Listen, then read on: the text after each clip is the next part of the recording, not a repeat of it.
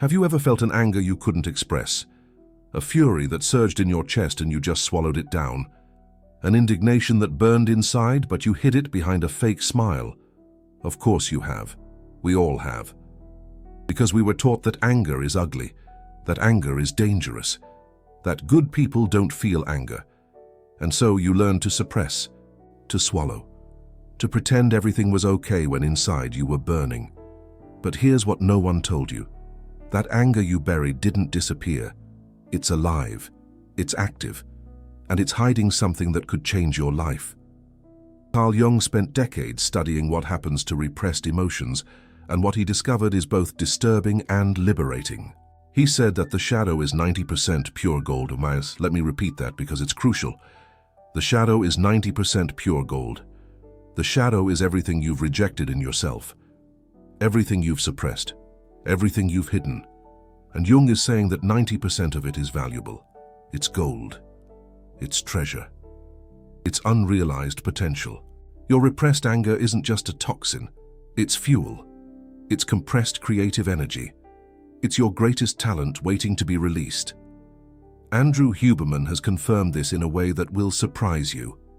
He has an entire episode about aggression and anger, and what he discovered challenges everything we've been taught about these emotions. Huberman explained that there's an area in the brain responsible for generating anger, the ventromedial hypothalamus, and this area is directly connected to the dopamine system. Dopamine, the neurotransmitter of motivation, of seeking, of creativity, of directed action. This means that anger and dopamine are neurologically connected.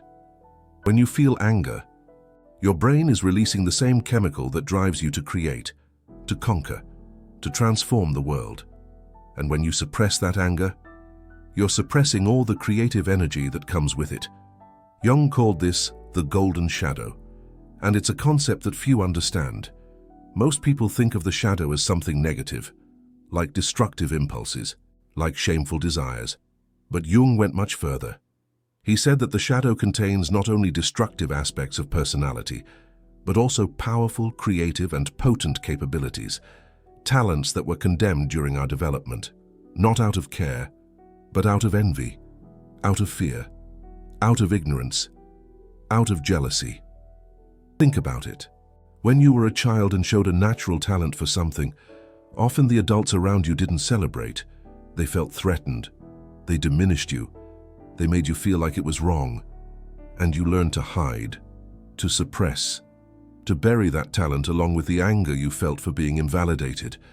And now that talent lives in your shadow, waiting, accumulating energy, manifesting as inexplicable anger every time you see someone doing what you should be doing. Huberman explained the neuroscience behind this. He said that anger was evolutionarily designed to move us forward, to move us towards goals, to give us the energy needed to overcome obstacles. People actually like to stimulate frustration and mild anger. In experiments where humans could stimulate different areas of their own brain, they chose to stimulate the area of anger more than areas of pleasure or calm, more than areas of sexual arousal, more than areas of euphoria. That's incredible. Our brain prefers the state of mild anger because it drives us, it moves us, it makes us want to conquer. And when you suppress that, you're suppressing your own engine of conquest. Jung documented impressive cases, patients who lived with chronic repressed anger, who developed physical symptoms, headaches, tension in the shoulders, digestive problems, high blood pressure, migraines. And when they finally managed to access and integrate that anger, something magical happened. The symptoms disappeared, and talents that had been buried for decades emerged. A patient who repressed anger against a controlling father discovered that he had a talent for leadership. The same energy he used to submit, when transformed, became the ability to command. A patient who repressed anger against a critical mother discovered that she had extraordinary artistic talent, the same intensity she used to diminish herself. When redirected, became creative force. This isn't a coincidence. It's what Jung called the transcendent function, the ability to transform psychic energy from one form to another. Anger is pure energy. When repressed, it becomes destructive, inwardly bound against yourself.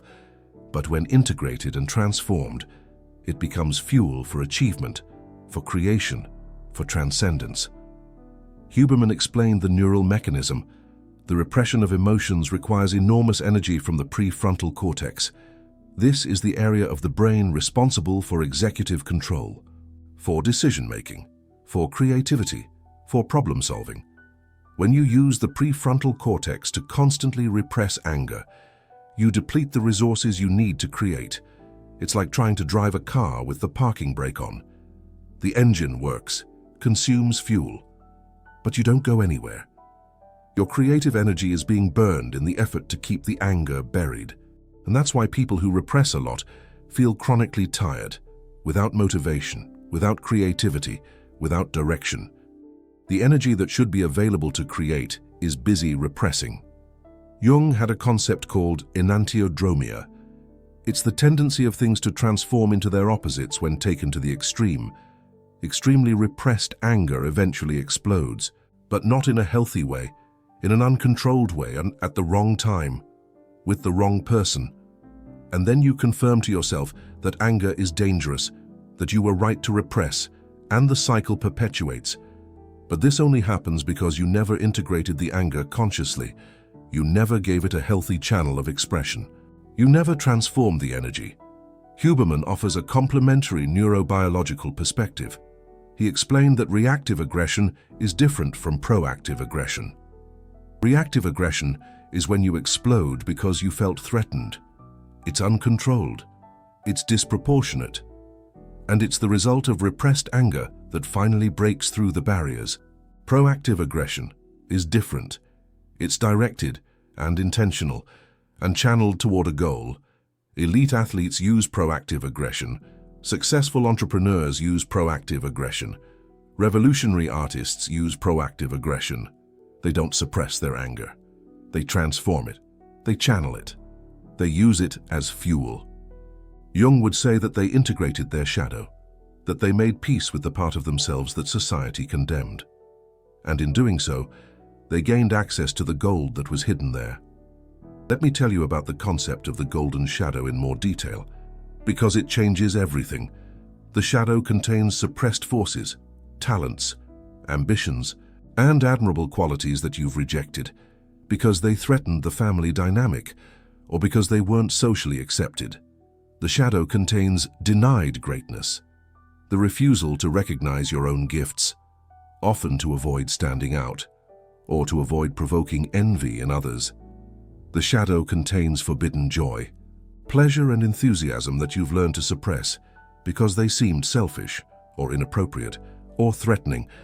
The shadow contains hidden authority, leadership capacity and power that you've denied, to avoid responsibility or to avoid criticism. All of that is there, in the shadow, along with the anger you felt when those parts of you were invalidated. The anger is the guard. The talent is the treasure. You cannot access the treasure without going through the guard. And that's why most people never discover their greatest talents, because they're afraid to face the anger that protects those talents. Andrew Huberman explained that the prefrontal cortex can regulate the amygdala. The amygdala is the center of fear and anger in the brain. When the connection between the prefrontal cortex and the amygdala is strong, you can feel anger without being overwhelmed by it. You can use the energy without losing control. You can transform instead of suppressing or exploding. But that connection needs to be trained. It needs to be developed. And that only happens when you stop avoiding anger, when you start allowing yourself to feel it, consciously, controlled, and intentionally. Carl Jung had a practice that he called active imagination. He would sit in silence and allow contents from the shadow to emerge, including the anger. He didn't repress. He didn't act out. He observed. He dialogued. He asked the anger what it wanted, what it was protecting, what it was hiding. And through this dialogue, he discovered the treasures, the buried talents, the denied capabilities, the gold of the shadow. Andrew Huberman offers complementary tools. He talks about the physiological sigh, a breathing technique that calms the nervous system, that allows you to feel intense emotions without being hijacked by them. You inhale twice through the nose, a long inspiration followed by a short one, and then exhale lengthily through the mouth. This activates the parasympathetic nervous system, calms the amygdala, strengthens the prefrontal cortex, and allows you to be present with the anger without losing control. And it's in this state that you can do the work of integration, that you can ask the anger what it's guarding, that you can discover the buried talents. There's a pattern that Jung observed in hundreds of patients. People who suppressed anger against authority figures often had buried leadership talents. People who suppressed anger against critics often had buried artistic talents. People who suppressed anger against controllers often had talents for independence and entrepreneurship buried deep inside. Anger points to talent. It shows where you were wounded. And the wound is exactly where the gift is hidden. Let me give you more specific examples.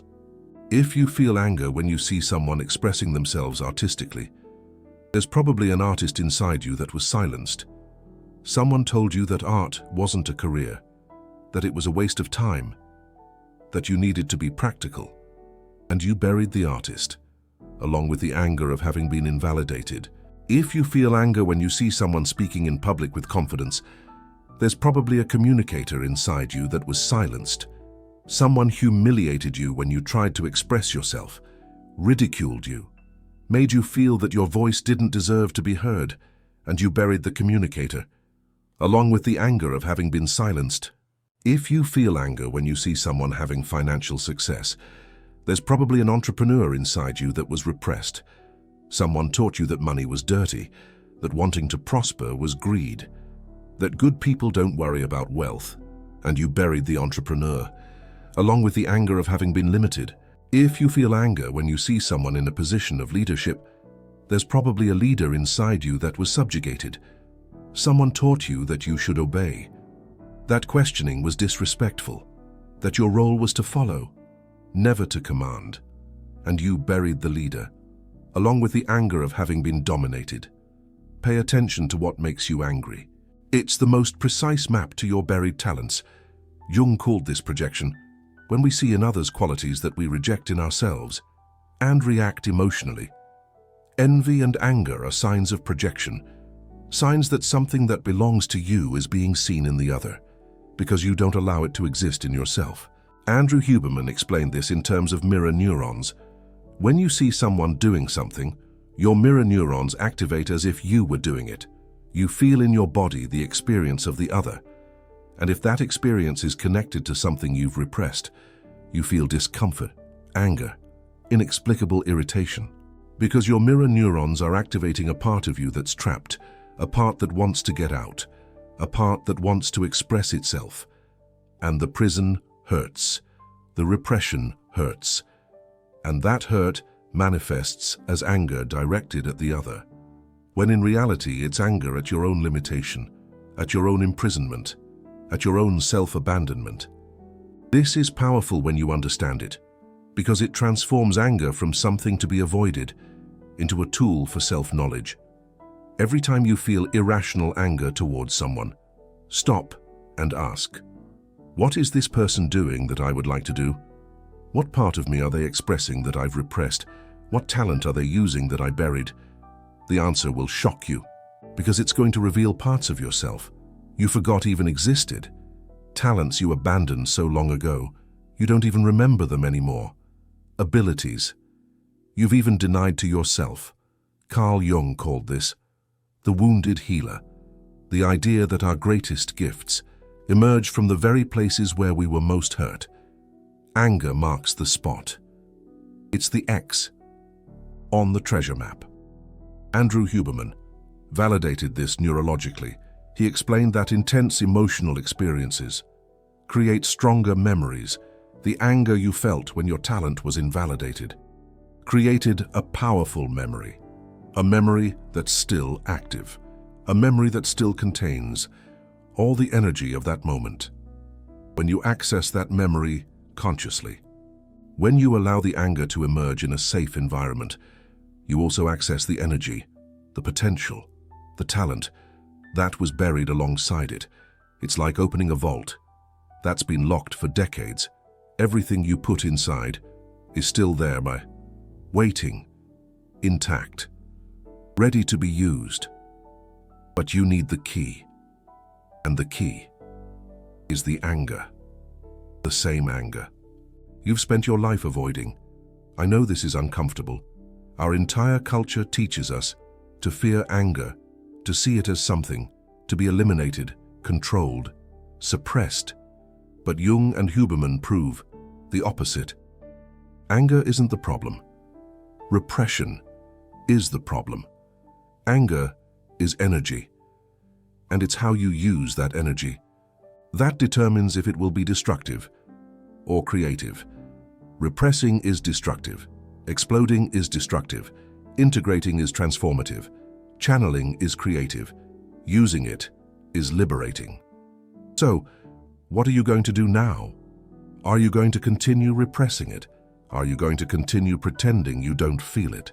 Are you going to continue spending all your creative energy to keep the lid closed? Or are you going to start investigating? Are you going to start asking yourself, who am I angry at that I've never expressed? What part of me was invalidated when I was younger? What talent did I abandon because someone made me feel it was wrong? The answer to these questions is the map to your greatest potential. Jung said that until you make the unconscious conscious, it will direct your life, and you will call it fate. Your repressed anger is directing your life now. It's sabotaging you, limiting you, keeping you small. But not because it's evil, because it's trapped, because it has no channel for expression, because the talent it guards is suffocating along with it. Liberate the anger, and you liberate the talent. Integrate the shadow, and you integrate the gold. Face the dragon, and you win the treasure. Huberman explained that neuroplasticity allows the brain to reconfigure itself, that new patterns can be established at any age, that the connection between the prefrontal cortex and the amygdala can be strengthened, that you can learn to feel anger without being overwhelmed, to use the energy without losing control, to transform the fire into light. But this requires practice, requires courage, requires the willingness to face what you've spent your life avoiding. There's something few people talk about when it comes to chronic anger repression: the physical costs. Jung observed that patients with repressed anger developed specific somatic patterns, chronic tension in the jaw, because the jaw is where we swallow down anger, where we clench our teeth to not say what we want, where we bite our tongue to not explode. Chronic pain in the shoulders and neck, because we carry the weight of what we don't express, as if we're always ready for a confrontation. That never happens. Always on guard, always tense. Digestive problems, because the digestive system is directly affected by chronic stress, and repressing anger is a constant form of stress. The body is always in fight or flight mode, but without ever fighting or fleeing, just stopped, tense, spending energy to not act. Huberman explained that the autonomic nervous system doesn't distinguish between external threat and internal threat to your body. Repressing an intense emotion is as stressful as facing a predator. Cortisol rises, inflammation increases, the immune system is compromised, and all this happens silently, day after day, year after year, while you think you're being virtuous for not feeling anger, when in reality, you're just getting sick. Studies show that people with high emotional suppression have a higher risk of cardiovascular diseases, of cancer, of autoimmune diseases. Repressed anger doesn't disappear. It transforms into disease. Jung said that what doesn't become conscious manifests as destiny. But he also could have said that it manifests as disease. The body keeps the score, and eventually it collects. That's why integration is so important, not just to access the buried talents, but to stop getting sick, to release the body from chronic tension, to allow the energy to flow instead of becoming stagnant. The recovery process has steps. First, recognition. Admitting to yourself that you are angry, that you have repressed it, that there's something down there, that you've avoided your whole life. This seems simple, but it's the most difficult step, because the repression is so automatic that you don't even realize it anymore. You think you don't feel anger, when in reality, you feel it all the time. You just don't allow it to reach consciousness. Second, permission. Giving yourself the right to feel. Understanding that anger isn't a sin, isn't a moral failing. It's a legitimate human emotion, a natural response to violations of boundaries, to injustices, to invalidations. Third, safe expression. Finding ways to let the anger out without causing harm. Writing, screaming in a private place, intense physical exercise, and punching a pillow. It seems silly, but it works, because the body needs to complete.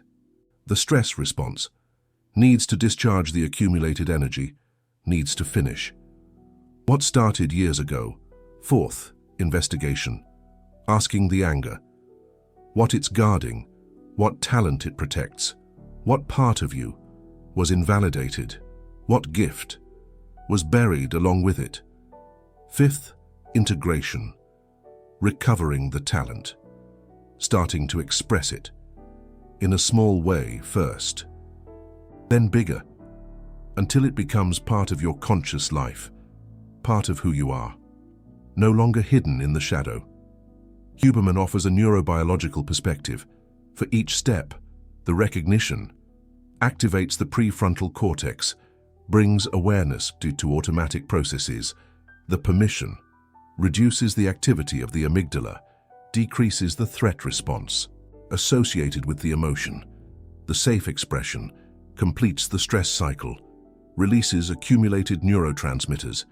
The investigation strengthens connections between limbic and cortical areas.